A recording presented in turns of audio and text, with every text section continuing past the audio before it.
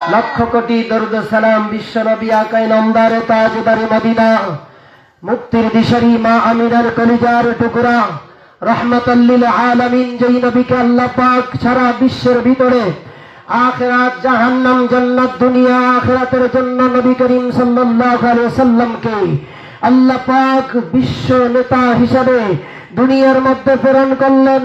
কিয়ামতের ময়দানে যেই নবী আল্লাহ রাব্বুল আলামিনের দরবারে কথা বলবেন, যেই নবী কথা বলবেন সারা বিশ্বের মুসলমান নাই সমস্ত মাখলুকের জন্য কথা বলবেন, যেই নবী আল্লাহ রাব্বুল আলামিনের সাথে কথা বলে तमाम পৃথিবীর মানুষের জন্য জান্নাত এবং জাহান্নামের বিচার কায়েম করবেন, সেই নবীর উম্মত হতে পেরেছি আমরা।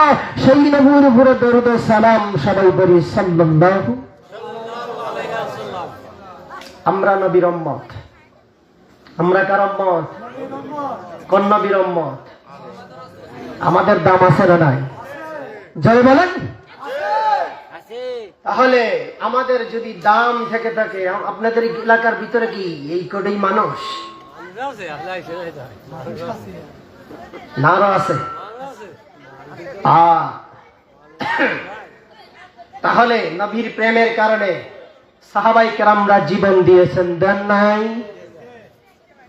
তাহলে আমরা যে নবীর উম্মত, এই নবীর উপর আল্লাহ পাক কোরআন নাজিল করেছেন 1123টা বছর। কয়টা বছর?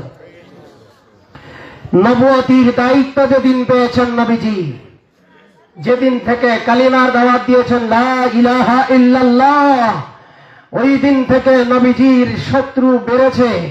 আর লা ইলাহা ইল্লাল্লাহর দাওয়াত দেওয়ার আগে নবীজি মক্কা নগরে ছিলেন আল আমিন।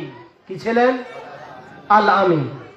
যেদিন বললেন বলো লা ইলাহা ইল্লাল্লাহ, আর ওই দিন থেকে আল আমিন না, ওই দিন থেকে হয়ে গেলেন কি?